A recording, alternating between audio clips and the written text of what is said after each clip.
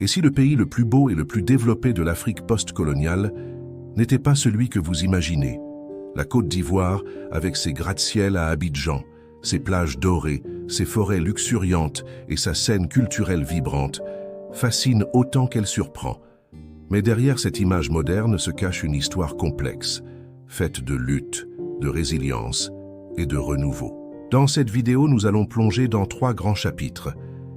L'évolution politique et historique du pays, depuis son indépendance en 1960, sa trajectoire économique et sociale, et la richesse de sa culture, son tourisme en plein essor et les défis qui persistent aujourd'hui.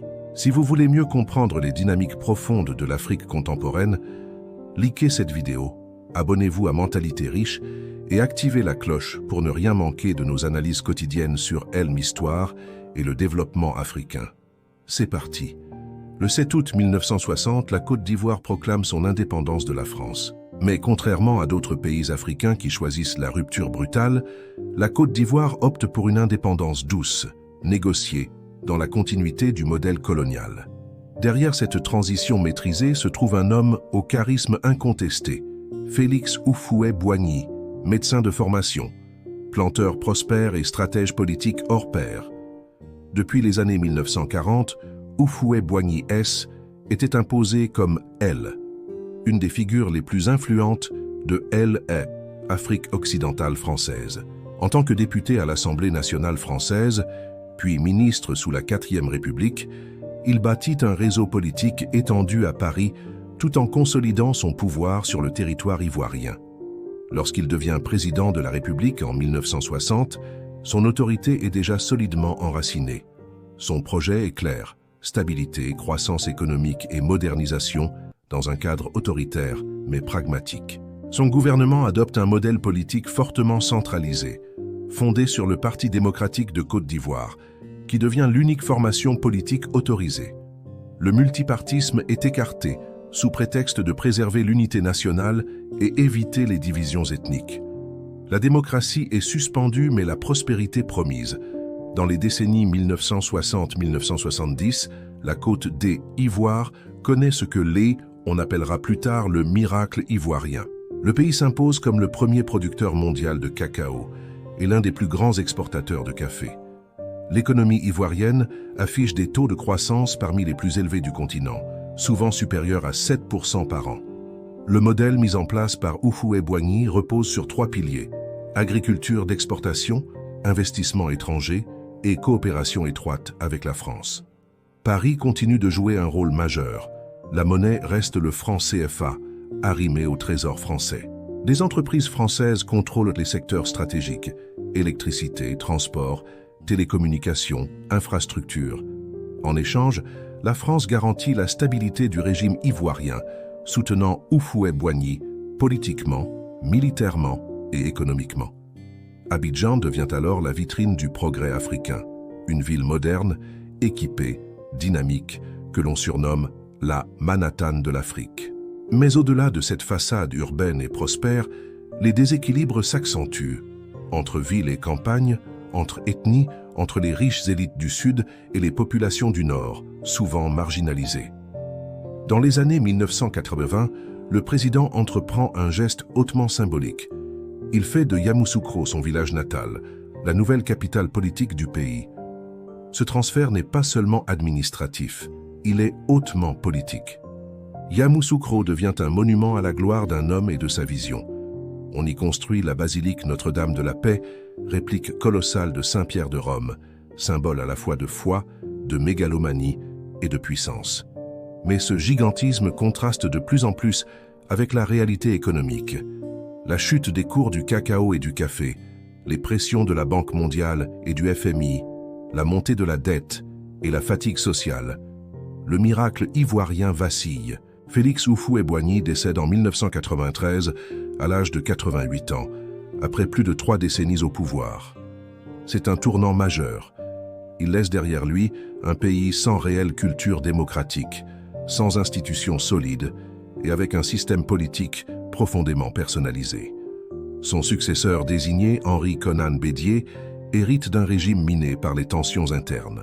Bédié tente d'imposer le concept de l'ivoirité, notion floue et polémique visant à redéfinir qui peut être considéré comme véritable Ivoirien. Cette doctrine marginalise notamment les populations originaires du Nord, souvent musulmanes, et perçues comme étrangères ou illégitimes dans la sphère politique. Le climat se dégrade, la cohésion nationale s'effondre.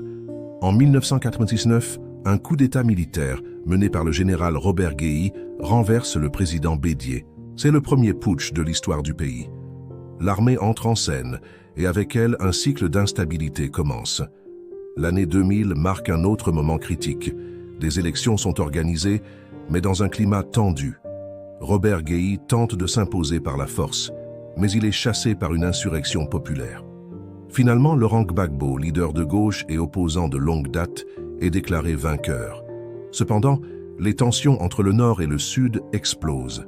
En 2002, une rébellion armée éclate dans le nord du pays, sous le nom de Force Nouvelle, dirigée par Guillaume Soro.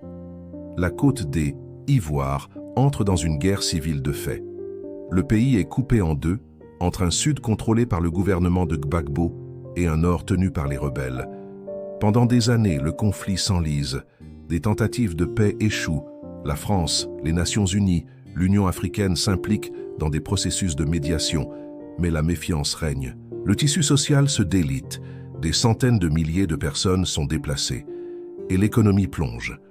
En 2007, un accord de paix est signé à Ouagadougou avec une alliance inattendue. Guillaume Soro devient Premier ministre sous Laurent Gbagbo. C'est une tentative de réunification, de désarmement et de normalisation. Mais les tensions persistent et la confiance reste fragile. En 2010, de nouvelles élections présidentielles sont organisées, avec la promesse de tourner la page. Alassane Ouattara, ancien haut fonctionnaire du FMI et figure politique originaire du Nord, se présente contre Laurent Gbagbo. Les résultats sont contestés. Ouattara est reconnu vainqueur par la communauté internationale, mais Gbagbo refuse de quitter le pouvoir. S'ensuit une crise post-électorale sanglante qui fait plus de 3000 morts. En 2011, Gbagbo est arrêté avec l'aide des forces françaises et transféré à la Cour pénale internationale. Ouattara prend officiellement les rênes du pays, avec un programme axé sur la réconciliation, la reconstruction et la relance économique. La Côte d'Ivoire sort meurtrie de 2 décennies de conflits, de divisions et de stagnation. Mais à partir de 2012, une nouvelle dynamique se met en place. Alassane Ouattara lance de vastes réformes économiques, investit dans les infrastructures et cherche à repositionner le pays comme une puissance régionale. Dans la deuxième partie de ce documentaire, nous allons explorer en détail ce renouveau économique, les mutations sociales profondes qui accompagnent cette transformation et la manière dont la Côte d'Ivoire tente de réconcilier croissance, inclusion et stabilité. Renaissance économique, avancée sociale et infrastructure, 2011 à aujourd'hui. Lorsqu'Alassane Dramane Ouattara prête serment en mai 2011, la Côte d'Ivoire sort à peine d'une décennie de crise politico-militaire. Le pays est divisé, ses institutions fragilisées et la confiance entre citoyens et gouvernants profondément ébranlée. L'économie, elle, est quasiment à l'arrêt. Croissance proche de zéro, infrastructures délabrées, services publics paralysés et un climat général de désespoir. Pourtant, c'est précisément dans ce contexte post-conflit que s'ouvre un nouveau chapitre de transformation spectaculaire, une page tournée, une chance à saisir pour un redressement audacieux. Ouattara, économiste de formation et ancien haut fonctionnaire du FMI, arrive au pouvoir avec une feuille de route claire et urgente. Restaurer la paix et la sécurité, réformer en profondeur l'économie et reconstruire un pays fracturé. Très vite, son gouvernement met en place une stratégie globale, rigoureuse et ambitieuse, qui repose sur 3 piliers fondamentaux: stabiliser la nation, relancer l'activité économique et investir massivement dans les infrastructures essentielles. Dès 2012, les résultats se font sentir. La Côte d'Ivoire connaît une croissance économique exceptionnelle, dépassant régulièrement les 9% par an, un taux record sur le continent africain. Pendant une décennie entière, le pays se positionne parmi les locomotives économiques mondiales. Le PIB a plus que doublé, passant d'environ 25 milliards à plus de 60 milliards de dollars. Ce miracle économique africain appuie sur un redéploiement réussi des secteurs clés. La Côte Ivoire demeure le premier producteur mondial de cacao, se hisse au deuxième rang pour la noix de cajou, tout en amorçant une diversification progressive de son économie vers l'industrie, les services et l'agroalimentaire. Cette dynamique est soutenue par une politique budgétaire rigoureuse. Le gouvernement réduit le déficit, renforce la collecte fiscale, contrôle la dette publique et crée un environnement des affaires plus favorable. Résultat, la Côte d'Ivoire progresse dans les classements internationaux tels que Doing Business, attirant un afflux massif d'investissements étrangers, notamment dans l'agriculture, l'extraction minière, l'énergie et l'industrie. Le pays est redevenu une destination incontournable pour ceux qui croient au potentiel africain. Mais cette croissance spectaculaire ne se limite pas aux chiffres. Elle est avant tout portée par une politique d'infrastructures ambitieuse, unique en Afrique de l'Ouest. Le gouvernement déploie un vaste plan d'équipement du territoire, en construisant ponts, autoroutes, échangeurs, ports, chemins de fer, aéroports et centrales électriques. L'objectif est clair, connecter les régions, fluidifier le commerce intérieur et extérieur, moderniser le tissu économique national et préparer la Côte d'Ivoire à affronter les défis démographiques et urbains du futur. Abidjan, la capitale économique, en est le symbole le plus éclatant. Des projets phares transforment le paysage urbain.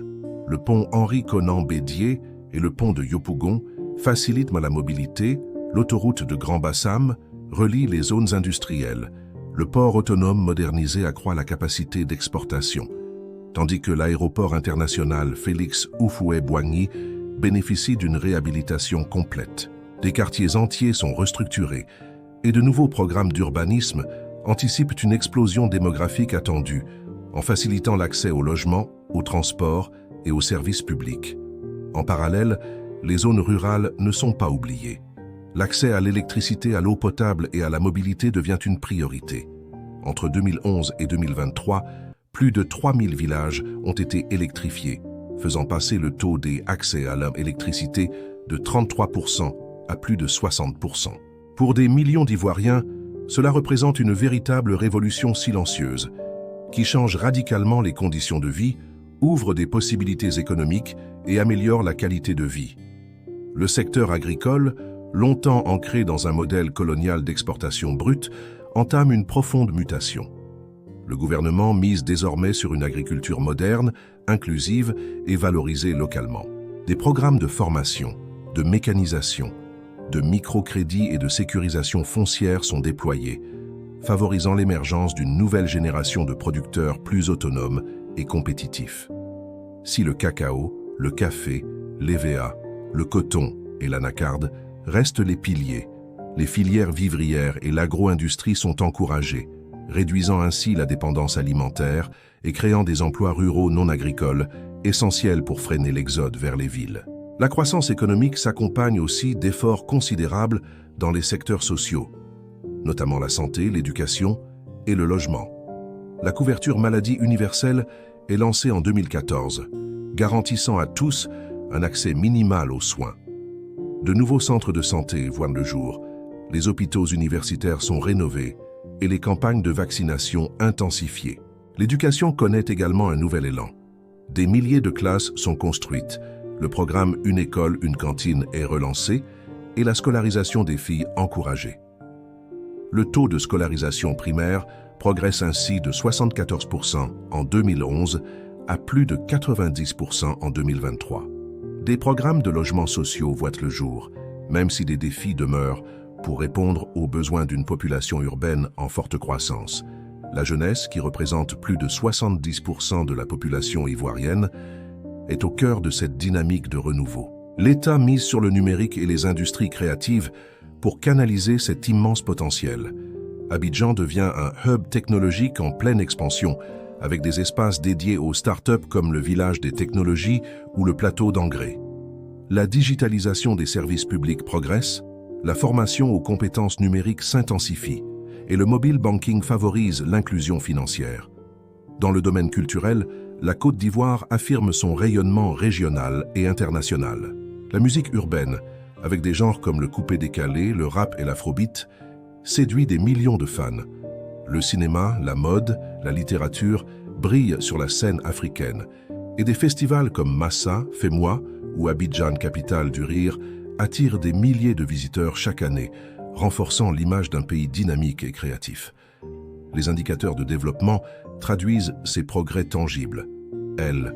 Indice de développement humain, est passé de 0,43 en 2010 à 0,55 en 2022.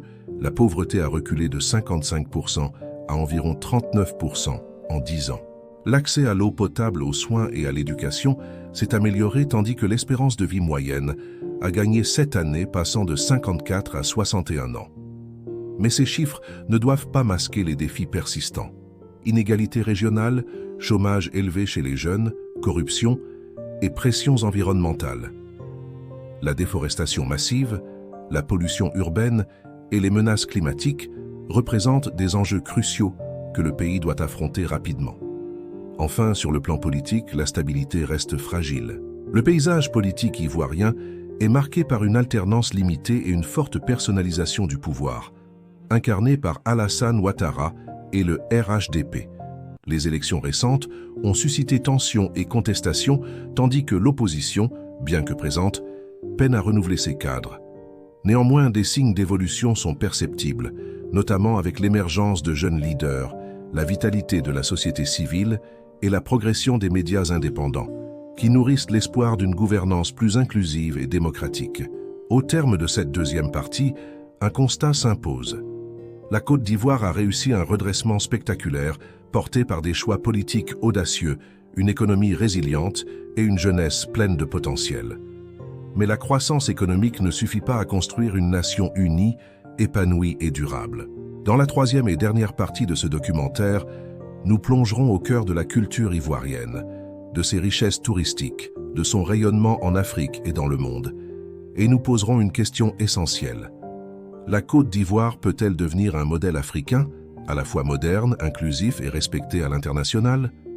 Parler de la Côte d'Ivoire, c'est plonger au cœur d'une terre d'une richesse culturelle exceptionnelle, d'une diversité fascinante qui fait vibrer tout un peuple. Avec plus de 60 groupes ethniques qui cohabitent, le pays est un véritable carrefour de civilisation où se mêlent traditions anciennes et dynamiques modernes. Du peuple Akan au Krou, en passant par les Gours, les Mandés ou les Malinké, chaque communauté porte en elle un héritage unique, fait de langues, de croyances, de rituels et d'artisanat qui racontent une histoire plurielle. Cette mosaïque N n'est pas un simple fait démographique, elle est la source D, une créativité bouillonnante qui exprime partout, dans l'art, la musique, la danse et même dans la vie quotidienne.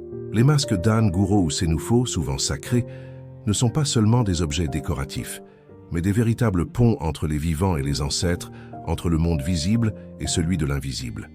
Le kor-ogo, ce tissu ancestral peint à la main, symbolise à lui seul la fusion entre tradition et modernité qui anime le pays. Les danses du feu, les chants polyphoniques et les ballets acrobatiques sont autant de témoignages vivants d'une culture qui célèbre la vie, même face aux épreuves. Cette richesse culturelle est une force, une fierté qui unit les Ivoiriens, un élément fondamental de leur identité collective et un pilier incontournable du renouveau national. Abidjan, capitale économique et culturelle, est aussi une véritable plaque tournante artistique et musicale en Afrique de l'Ouest. Depuis les années 2000, la musique ivoirienne, notamment le coupé-décalé, a explosé sur la scène internationale.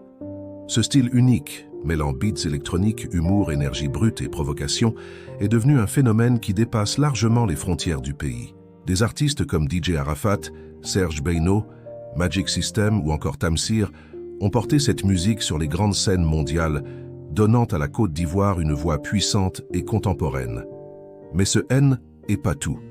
La scène musicale ivoirienne est aussi un espace de contestation et de co-expression engagée avec un rap qui traduit les aspirations et les frustrations d'une jeunesse qui rêve d'un avenir meilleur. Le reggae et le gospel y trouvent également leur place, offrant des messages de paix et d'espoir. Chaque année, des festivals majeurs viennent confirmer ce statut de capitale culturelle. Le FEMUA à Anoumabo, qui allie musique, solidarité et développement social. le Maza, grand marché des arts et spectacles africains, qui révèle des talents venus de tout le continent. Ou encore Abidjan, capitale du rire, qui met en lumière l'humour comme un levier puissant de cohésion sociale. Le cinéma ivoirien, bien que modeste en taille, gagne en maturité et en audace, porté par une nouvelle génération de réalisateurs qui racontent l'Afrique de l'intérieur, loin des clichés.